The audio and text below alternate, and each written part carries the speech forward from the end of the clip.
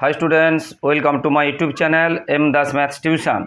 आजकेर क्लास 7 द्वितीय यूनिटर भौतविज्ञान साजेशन दिচ্ছি उत्तर सह बंधुरा।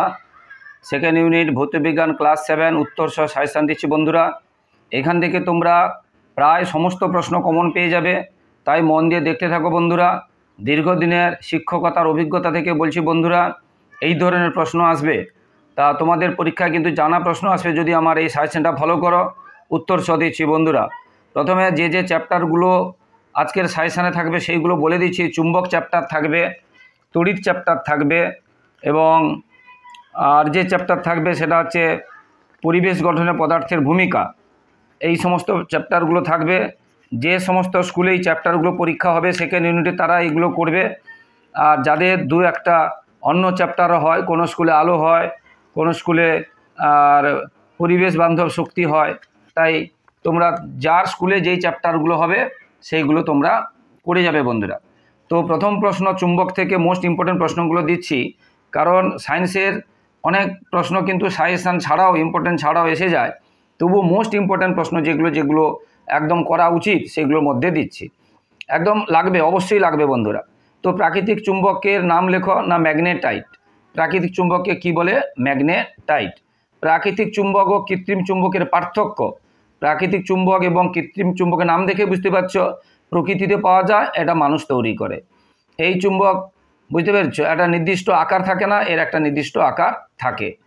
তারপরে এই চুম্বক মানে প্রাকৃতিক চুম্বকের শক্তি বাড়ানো কমানো যায় না, কিন্তু কৃত্রিম চুম্বকের শক্তি বাড়ানো কমানো যায়। প্রাকৃতিক চুম্বকের মেরু পাল্টানো যায় না, কিন্তু কৃত্রিম চুম্বকের মেরু পাল্টানো যায়। তাহলে প্রাকৃতিক চুম্বক এবং কৃত্রিম চুম্বকের পার্থক্য এটা আছে। এরপরে বন্ধুরা, এরপরে চুম্বকের প্রধান দুটি ধর্ম। চুম্বকের ধর্ম আমরা জানি, চুম্বক কী করে? লোহা, নিকেল, কোবাল্ট প্রভৃতি বস্তুকে আকর্ষণ করে, এটা একটা ধর্ম। আর চুম্বক কী করে? যদি বাধাহীনভাবে ঝুলিয়ে দেওয়া হয় স্থির অবস্থায় সবসময় উত্তর দক্ষিণ মুখ করে থাকা, আর একটা ধর্ম। আর চুম্বকের সমমেরু পরস্পরকে বিকর্ষণ করে, আর বিপরীত মেরু পরস্পরকে আকর্ষণ করে। এগুলো হচ্ছে চুম্বকের ধর্ম। এবারে চুম্বক মেরু কাকে বলে? ভীষণ ইম্পর্টেন্ট প্রশ্ন একদম আসবে। চুম্বক মেরু কাকে বলে? চুম্বক মেরু কাকে বলে? ভীষণ ইম্পর্টেন্ট প্রশ্ন আসবে। চুম্বকের দুই প্রান্তে যে অঞ্চলে চুম্বকের আকর্ষণ ক্ষমতা সবচেয়ে বেশি, সেই দুই অঞ্চলকে চুম্বকের মেরু বলে। চুম্বকের মেরু কিন্তু একদম চুম্বকের ধারে থাকে না। চুম্বকের মেরু চুম্বক থেকে একটু দূরে থাকে। দেখো বন্ধুরা, মনে করো চুম্বকের জ্যামিতিক দৈর্ঘ্য, মানে একটা চুম্বক এতখানি, এটা একটা চুম্বক এতখানি, মনে করো এটা 6 সেন্টিমিটার, তাহলে চুম্বকের জ্যামিতিক দৈর্ঘ্য হলো 6 সেন্টিমিটার। কিন্তু মেরুটা একটু ভিতরে থাকে, ধরো এখানে একটা থাকছে, এখানে একটা থাকছে, এটা মনে করো উত্তর মেরু, এটা মনে করো দক্ষিণ মেরু। কিন্তু এইখান থেকে এই দূরত্বটা দেখা যাবে হয়তো 5.5 সেন্টিমিটার। তাহলে চুম্বকের জ্যামিতিক দৈর্ঘ্য 6 সেন্টিমিটার, কিন্তু চুম্বকের দৈর্ঘ্য যেহেতু এখানে মেরু এখানে মেরু, মেরু দুটির মধ্যে যে দৈর্ঘ্য ধরো 5.5, আমি ধরলাম, সে 5 হতে পারে, 5.5 হতে পারে, 5.8 হতে পারে।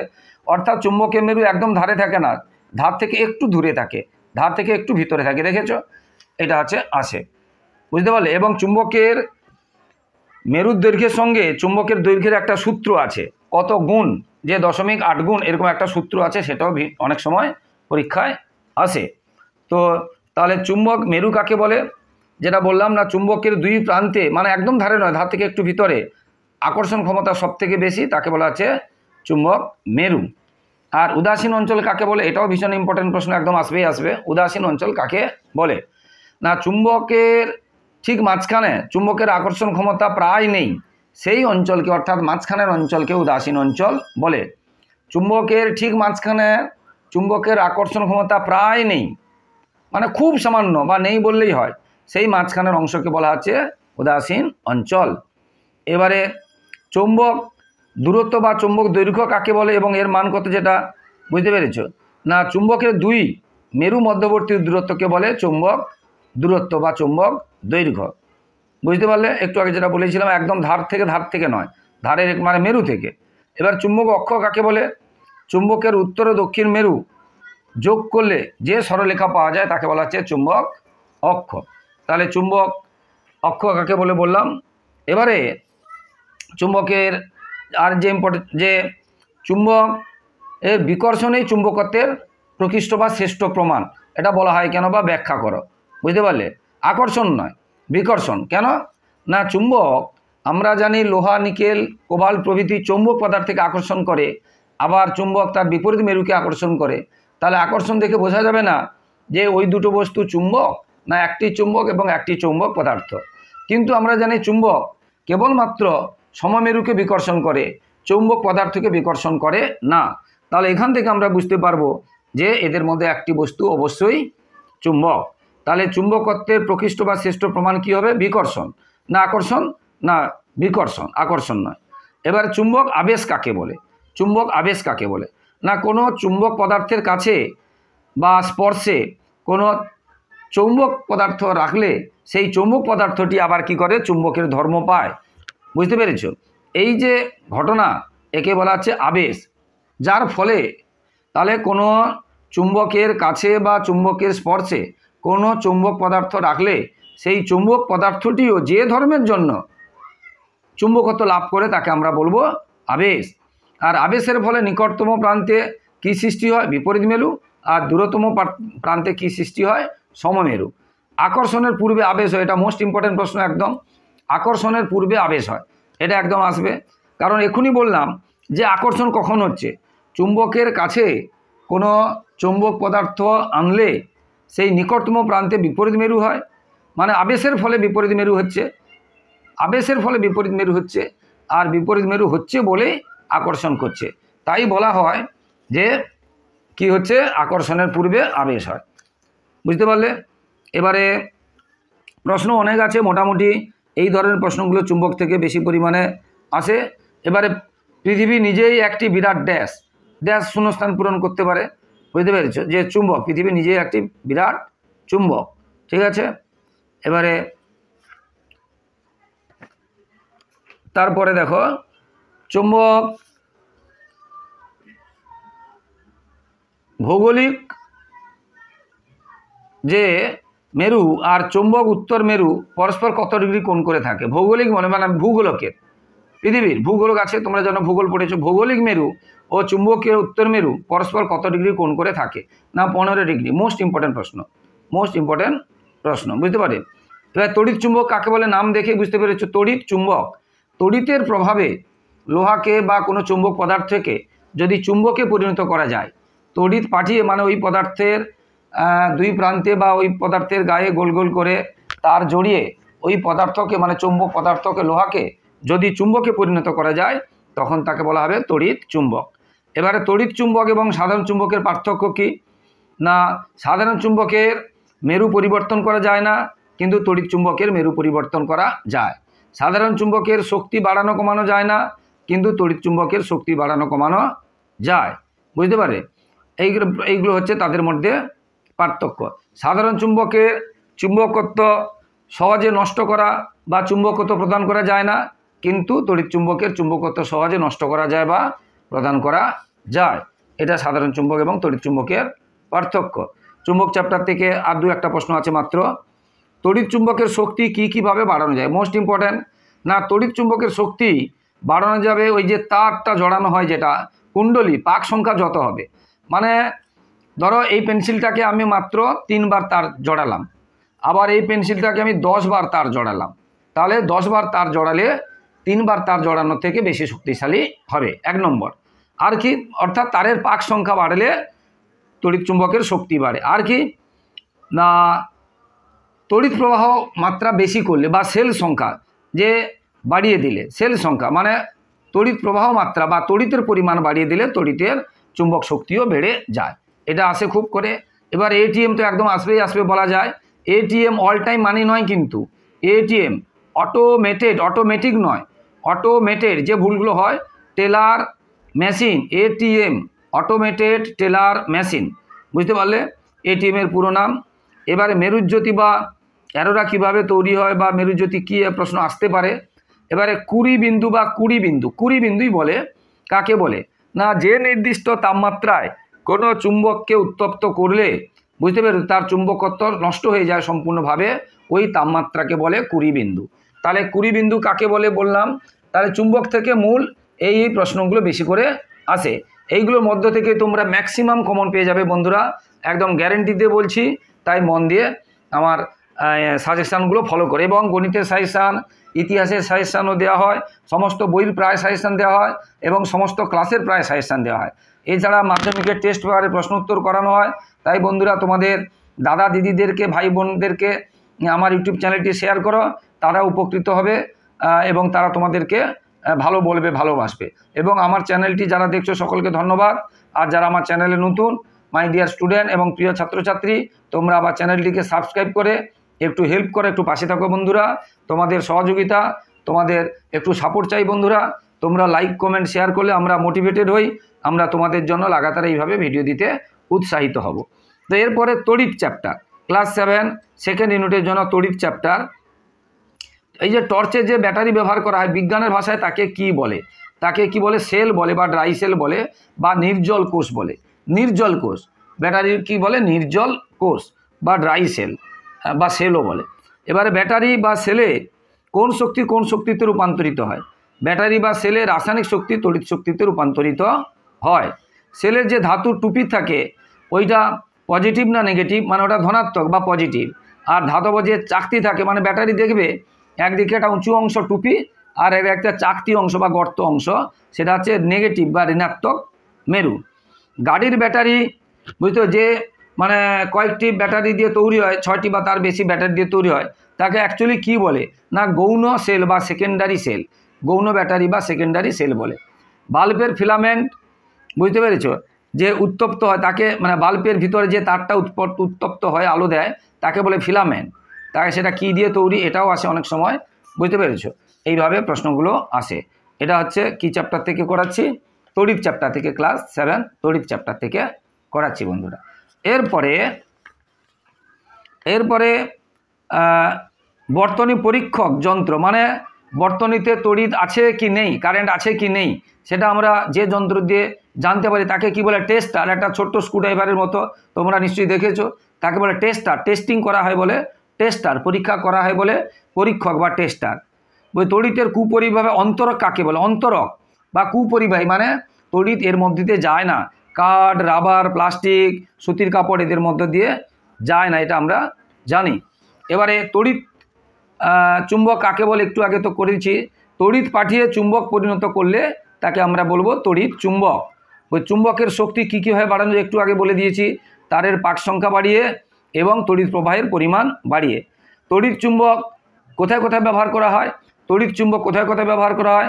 না লাউড স্পিকারে ব্যবহার করা হয়, ইলেকট্রিক কলিং বেলে ব্যবহার করা হয়, ইলেকট্রিক বিভিন্ন জায়গায় ব্যবহার করা হয়, টেলিফোনে ব্যবহার করা হয়, বুঝতে মোটরে ব্যবহার করা হয় এবং ক্রেনে ব্যবহার করা হয়। তড়িৎ চুম্বক বিভিন্ন জায়গায় ব্যবহার করা হয়। এবারে তড়িৎ চুম্বকের ব্যবহারের সুবিধা কি কি আছে? তড়িৎ চুম্বকের ব্যবহারের কি সুবিধা আছে? না তড়িৎ চুম্বক ব্যবহারের ফলে সুবিধা কি কি আছে?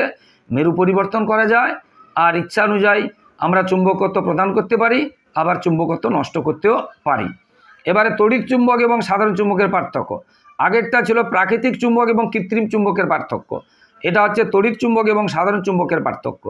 না সাধারণ চুম্বকের মেরু পরিবর্তন করা যায় না, তড়িৎ চুম্বকের মেরু পরিবর্তন করা যায়। সাধারণ চুম্বকের চুম্বকত্ব হঠাৎ করে নষ্ট করা যায় না, আবার দেওয়া যায় না, কিন্তু তড়িৎ চুম্বকের চুম্বকত্ব হঠাৎ করে নষ্ট করা যায়, আবার প্রদান করা যায়।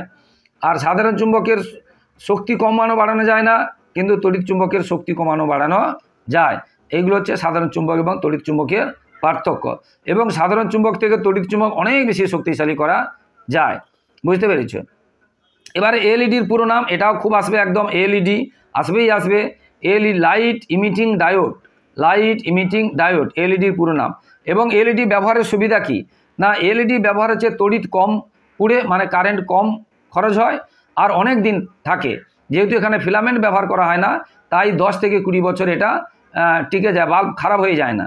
এলইডি ব্যবহারের সুবিধে, তড়িৎ কম পুড়ে এবং বাল্ব খারাপ হয়ে যায় না, বুঝতে পারলে। এরপরে এলইডি বা বাল্বে কোন শক্তিতে রূপান্তরিত হয়?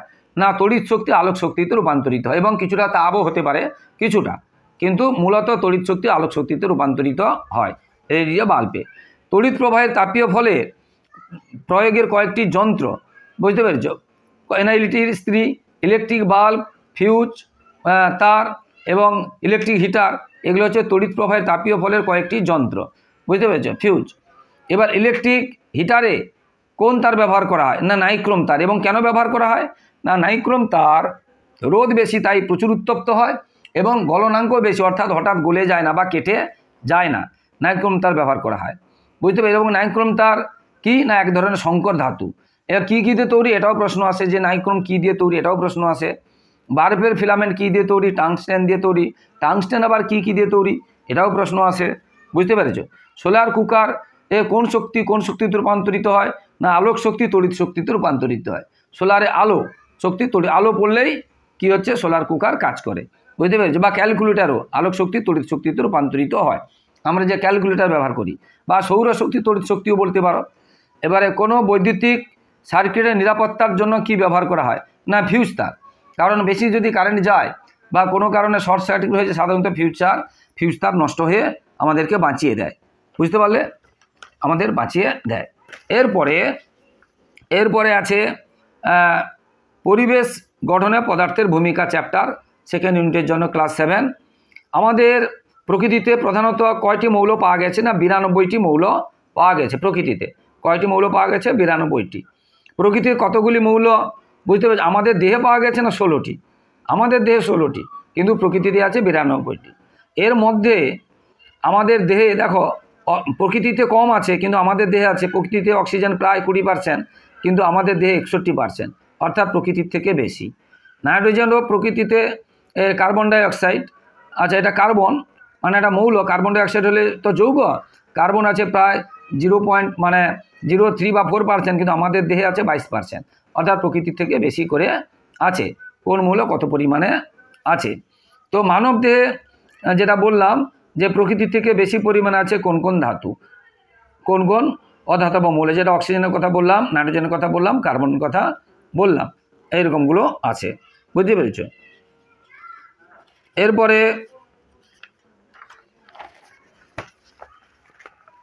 ওই চ্যাপ্টারেই প্রশ্নগুলো চলছে।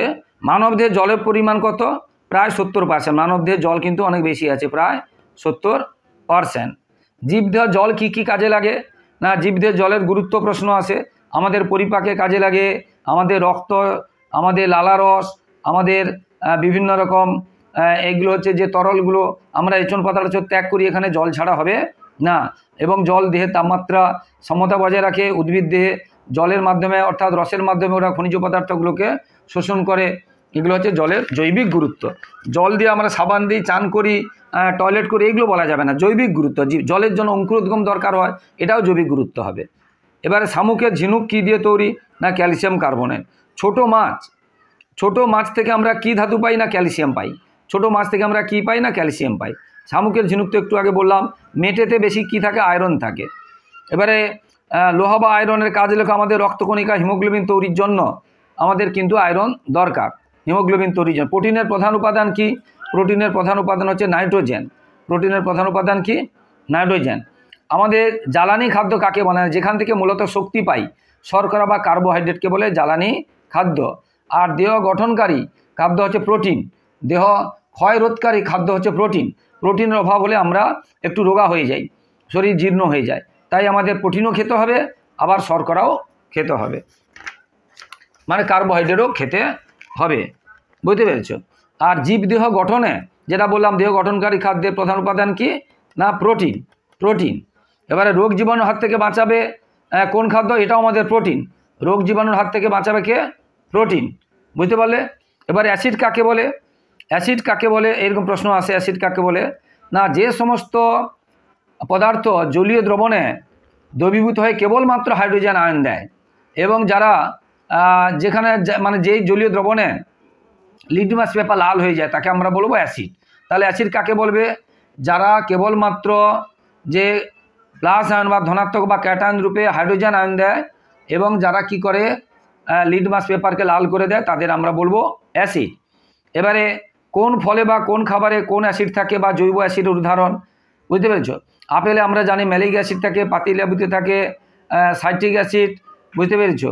আর কমলা লেবুতে থাকে সাইট্রিক অ্যাসিড এবং অ্যাসকর্বিক অ্যাসিডও থাকে, তেঁতুলে থাকে টার্টারিক অ্যাসিড, টমেটোতে থাকে অক্সালিক অ্যাসিড, আর চাতে থাকে ট্যানিক অ্যাসিড, বুঝতে পারি? এইগুলো জৈব অ্যাসিড বা কোন খাদ্যে কোন ধরনের অ্যাসিড থাকে বা কোন জীবে কোন ধরনের অ্যাসিড থাকে। বা পিঁপড়া কামড়ালে আমাদের এলাকে কেন দইতে থাকে ল্যাকটিক অ্যাসিড। ভিনিগারটা কি actually acidic acid.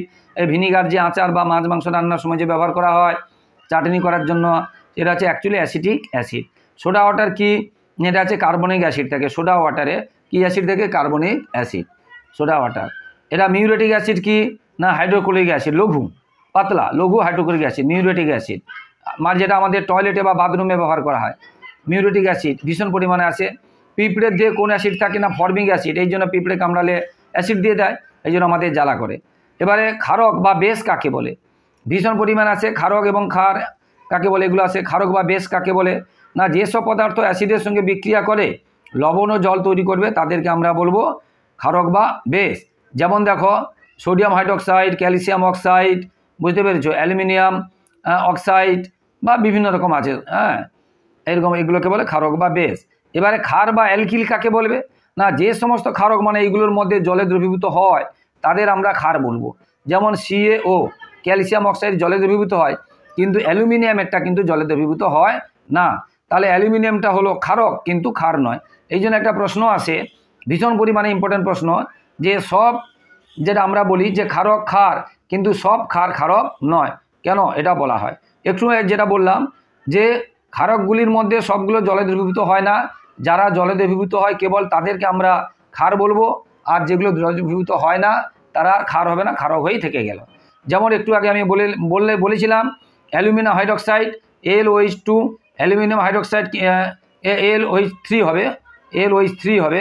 Aluminium hydroxide কিন্তু কী হচ্ছে জলে দ্রবীভূত হয় না, কিন্তু CaO জলে দ্রবীভূত হয়। অর্থাৎ AlOH3 এটা হয়ে গেল ক্ষারক কিন্তু ক্ষার নয়, আর CaO ক্ষারক এবং ক্ষার। ভীষণ ইম্পর্টেন্ট আছে বন্ধুরা। আবার এবারে আমাদের পাকস্থলিতে কোন অ্যাসিড নিঃসৃত হয় না হাইড্রোক্লোরিক অ্যাসিড। পাকস্থলিতে কোন অ্যাসিড নিঃসৃত হয়? Hydrochloric acid. এবারে ক্ষারের লিটমাস পেপার কী রঙের হয়? নীল হয়। অ্যাসিড এবং ক্ষারের পার্থক্য আছে, অ্যাসিড পরে আছি। এবারে ভিনিগার অ্যাকচুয়ালি কি না অ্যাসিড? ভিনিগারটা অ্যাকচুয়ালি কি না অ্যাসিড? বুঝতে পারলে? ভিনিগার অ্যাকচুয়ালি কি অ্যাসিড। আমাদের কৃত্রিম কিছু মানে আছে, যেমন হলুদ কোনটা কী রঙ করে, বিটের রস অ্যাসিডে কি করে, ক্ষারে কী রঙ করে, বুঝতে পারে? বিটের রস দেখো, এটাকে আমাদের মানে প্রাকৃতিক নির্দেশক বলা হয়। হ্যাঁ, অ্যাসিডে হচ্ছে লাল কিন্তু ক্ষারে হচ্ছে নীল, বুঝতে পেরেছ? কালো জিরের রস অ্যাসিডে লাল, ক্ষারে হচ্ছে নীল। হলুদ জল হলুদ প্রাকৃতিক, এগুলো অ্যাসিডে হচ্ছে হলুদ রঙের, ক্ষারে হচ্ছে কিছুটা লালচে বাদামি। এইগুলো প্রাকৃতিক লিটমাস বা প্রাকৃতিক নির্দেশক বলা যায়। এবারে প্রশমন ক্রিয়া কাকে বলে না যে বিক্রিয়ার ফলে অ্যাসিড এবং ক্ষারের কোনো ধর্ম থাকে না তাকে বলে প্রশমন। প্রশম তরলের উদাহরণ তো ভীষণ পরিমাণে আছে, জল হচ্ছে প্রশম তরলের উদাহরণ। নির্দেশক কাকে বলে একটু আগে বলেছিলাম, যে সমস্ত পদার্থ রং বা বর্ণ পরিবর্তনের মাধ্যমে অ্যাসিড এবং ক্ষারের প্রশমন ক্ষণকে বা অ্যাসিড এবং ক্ষারকে নির্দেশ করে বা তাদের প্রশমন ক্ষণকে নির্দেশ করে তাদেরকে আমরা বলবো নির্দেশক। যেমন একটু আগে বললাম যে লিটমাস পেপার, তারপরে বললাম ফিনোলফথলিন বা মিথাইল অরেঞ্জ, এগুলো হচ্ছে নির্দেশক। এবারে জীবদেহে পাওয়া যায় এবং জৈব অ্যাসিড একটু আগে বললাম, যেমন পিঁপড়ের হুলে ফর্মিক অ্যাসিড, আপেলে ম্যালিক অ্যাসিড, তেঁতুলে টার্টারিক অ্যাসিড, যেগুলো কথা বললাম এর জীবদেহে পাওয়া যায়। অজৈব অ্যাসিড উদাহরণ অজৈব বা খনিজ acid, sulphuric acid, hydrochloric acid এবং নাইট্রিক অ্যাসিড, এগুলো হচ্ছে খনিজ অ্যাসিড বা অজৈব অ্যাসিড। বুঝতে পারলে? এই চ্যাপ্টারটা একটু বড় আছে। সব অ্যাসিড ভেঙে কী আয়ন তৈরি হয় না হাইড্রোজেন প্লাস আয়ন। আমরা জানি প্লাস মানে কেবলমাত্র ধনাত্মক আয়ন রূপে হাইড্রোজেন দেয়, আর সব ক্ষার ভেঙে কী হচ্ছে OH মাইনাস আয়ন। ক্ষার ভেঙে ঋণাত্মক আয়ন রূপে কী হচ্ছে OH মাইনাস আয়ন। এবং অ্যাসিড ক্ষারের পার্থক্য আসতে পারে, যেটা বলেছিলাম অ্যাসিডে লিটমাস পেপার কী হয় লাল হয়, ক্ষারে হয় নীল। অ্যাসিড স্বাদে টক, ক্ষার হয় কষাতে বা একটু তেতো, বুঝতে পারলে? আর অ্যাসিড জলীয় দ্রবণে ধনাত্মক রূপে হাইড্রোজেন প্লাস করে, আর ক্ষার জলীয় দ্রবণে ঋণাত্মক রূপে OH হাইড্রোস্টিল OH মাইনাস করে। এগুলো পার্থক্য আছে, বুঝতে পারলে। এবারে এটা ভীষণ ইম্পর্টেন্ট প্রশ্ন, একদম আসবে পিএইচ কত হলে অ্যাসিড ধরা হয় আর কত হলে ক্ষার ধরা হয়। না, যদি 0 থেকে 7 হয় তাহলে অ্যাসিড ধরা হয়, আর যদি 7-এর বেশি হয় পিএইচ, অম্ল ক্ষারত্বের যেটা 7-এর বেশি হলে তাকে ক্ষার ধরা হয়। আর আমাদের দেহ কিন্তু রসগুলো ক্ষারীয় প্রকৃতির, তাই আমাদের বেশি মাংস খাওয়া উচিত নয়। বেশি মাংস খেলে আমাদের রসগুলো অ্যাসিড হয়ে যায়, তাতে আমাদের অনেক রোগ হয়, কিডনির সমস্যা হয়। আচ্ছা, আমাদের প্রশম তরল যেটা জল, তাহলে পিএইচ কত হবে 7, কারণ 7-এর কম হলে কি হচ্ছে অ্যাসিড, আর 7-এর বেশি হলে ক্ষার, তাহলে 7 হলে প্রশম তরল। এবং অ্যাসিড রেন বলে যেটা অ্যাসিড বৃষ্টি, যদি কি হয়ে যায়, যদি 7-এর সেটা কম হয়, 6 হয়, 5 হয়, 3 হয়, তখন তাকে আমরা বলবো অ্যাসিড বৃষ্টি, কি 5.5 হয় এরকম।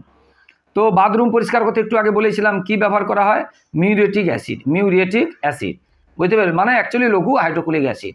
মিউরেটিক অ্যাসিডটা কি অ্যাকচুয়ালি লঘু হাইড্রোক্লোরিক অ্যাসিড, এটা হচ্ছে লঘু HCl, একটু আগে বলেওছি। কোন অ্যাসিড দিয়ে আমরা ছানা কাটাই, এটাও বলেছি ল্যাকটিক অ্যাসিড দিয়ে আমরা ছানা কাটাই, এইগুলো মোস্ট ইম্পর্ট্যান্ট এইগুলো। এরপরে ওই চ্যাপ্টারের আরও কিছু ইম্পর্ট্যান্ট প্রশ্ন আছে, আমরা বলছি বন্ধুরা, যেগুলো মোস্ট ইম্পর্ট্যান্ট সেইগুলো বলছি। এই যে খাবার নুন, আমরা যে লবণ খাই, খাবার নুনের রাসায়নিক নাম কি বা সংকেত কি, না সোডিয়াম ক্লোরাইড NaCl। দেখো লক্ষ্য করে, এটা ছোট হাতে হয়েছে, সি কিন্তু না, NaCl, বুঝতে পারলে, এটা ছোট হাতের হয়েছে। সোডিয়াম ক্লোরাইড খাবার লবণ, বুঝতে পারলে। সমুদ্র লবণে কত রকমের জয়ের দরকার নেই এগুলো। আচ্ছা, খাবার লবণ সোডিয়াম ক্লোরাইড। এরপরে আমাদের বর্ষাকালে লবণ কেন ভিজে যায়, না আমাদের যেটা খাঁটি লবণ সোডিয়াম ক্লোরাইড, ওর সাথে যদি ম্যাগনেসিয়াম বা ক্যালসিয়ামের অন্য কোনো লবণ মিশে থাকে, তারা কি করে জলাকর্ষী অর্থাৎ বায়ুমণ্ডল থেকে জলীয় বাষ্পকে টেনে নেয়, সেই জন্য লবণ ভিজে যায়। আর ওই ভিজার সাথে আমাদের যে খাবার লবণ NaCl মিশে গিয়ে, কারণ লবণ এই খাবার লবণ NaCl জলে দ্রাব্য, মিশে গিয়ে কি হয়, ভিজে যায় বর্ষাকালে। আর টেবিল সল্ট কাকে বলে, এটা প্রশ্ন আসে, খাবার লবণকে বলে টেবিল সল্ট কাকে বলে, খাবার লবণকে কি বলে, কারণ লবণ ইংরাজি সল্ট, আর যেহেতু খাবার লবণ আমরা টেবিলে খাই, টেবিলে থাকে, এই জন্য টেবিল সল্ট বলে। মানবদের রক্তে NaCl পরিমাণ কত, বা স্যালাইনে আমাদের যে লবণ থাকে রক্তের মধ্যে, সেই পরিমাণ যদি লবণ দেওয়া হয় তবে আমাদের রক্ত নিতে পারবে, তার কম বেশি দিলে আমরা অসুস্থ হয়ে পড়ব। সেই জন্য স্যালাইনে ওর লবণের পরিমাণ থাকে 0.9 গ্রাম, আমাদের রক্তেও পরিমাণ থাকে, লবণের পরিমাণ থাকে 0.9 গ্রাম। মোস্ট ইম্পর্ট্যান্ট প্রশ্ন বন্ধুরা, অবশ্যই করে যাবে, অবশ্যই মোস্ট ইম্পর্ট্যান্ট প্রশ্নগুলোই বলছি। হ্যাঁ,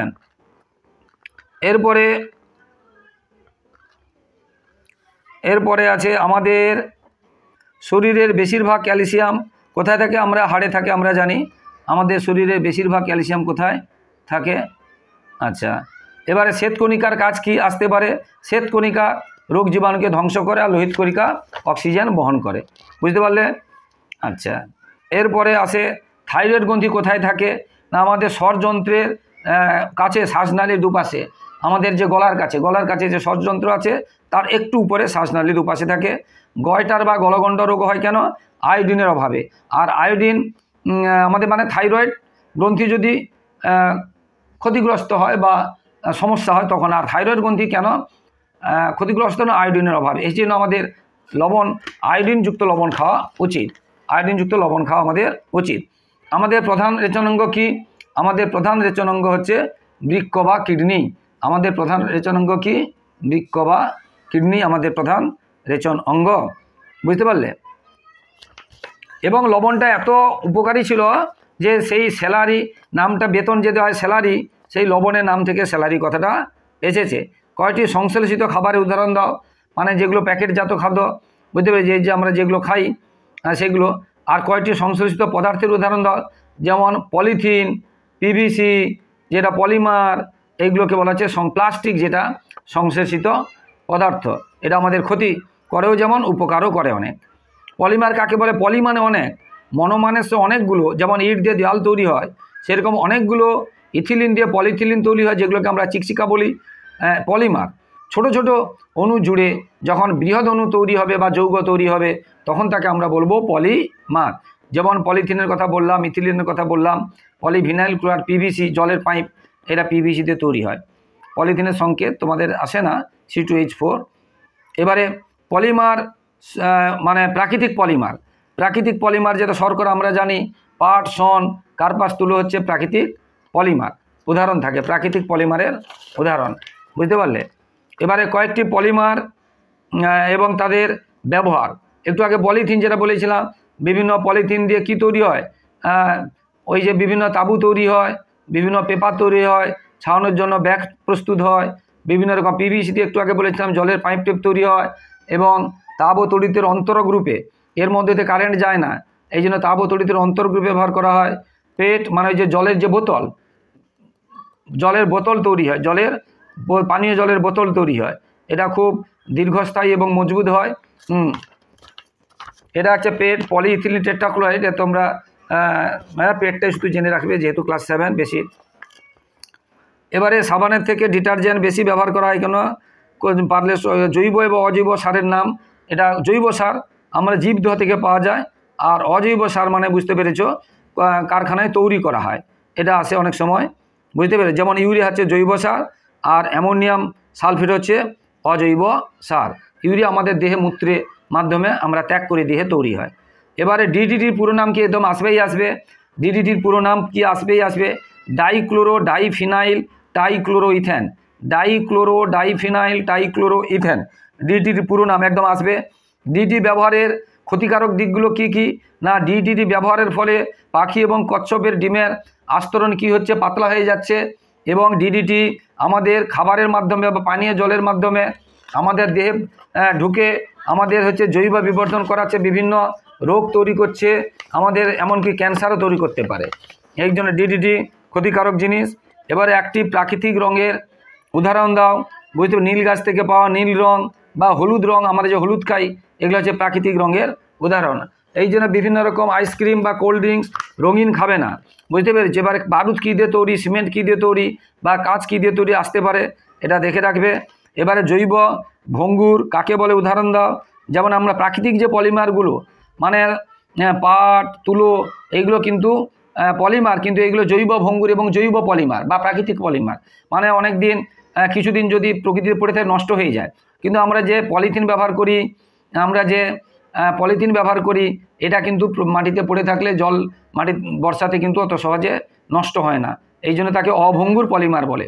অভঙ্গুর মানে নষ্ট হয় না, এগুলো আমাদের ক্ষতিও করে প্রচুর, এগুলো আমাদের প্রচুর ক্ষতিও করে। কি বলছি বুঝতে পেরেছ? এবারে এই যে শকুন মরে যাচ্ছে কেন? না, শকুনের ব্যথা মানে গরুর ব্যথা কমানোর জন্য একরকম ওষুধ ব্যবহার করা হয় ডাইক্লোফেনাক বলে। এছাড়া চাষের জন্য বিভিন্ন কীটনাশক এবং রাসায়নিক সার ব্যবহার করা হয়। তার যে উপাদানগুলো সেইগুলো কিন্তু পরোক্ষভাবে শকুনের কাছে যাচ্ছে, যার ফলে শকুনের প্রজনন ক্ষমতা কমে যাচ্ছে এবং ডিমের আস্তরণ পাতলা হয়ে যাচ্ছে এবং শকুন মারা যাচ্ছে। এরকম প্রশ্নগুলো আসে বন্ধুরা। যাদের রাসায়নিক বিক্রিয়া সমীকরণ কারোর যদি আসে সেটা তারা করে রাখবে। তো বন্ধুরা, যারা আমার ইউটিউব চ্যানেলটি দেখছো সকলকে আন্তরিক শুভেচ্ছা অভিনন্দন, ধন্যবাদ। যারা আমার চ্যানেলে নতুন, প্লিজ বন্ধুরা একটু আমার চ্যানেলটি সাবস্ক্রাইব করে লাইক কমেন্ট ও শেয়ার করে একটু হেল্প করো। প্লিজ বন্ধুরা একটু সাপোর্ট করো, তোমাদের সহযোগিতা ভালোবাসা চাইছি। সবাই খুব ভালো থাকো, সবার পরীক্ষা খুব ভালো হোক।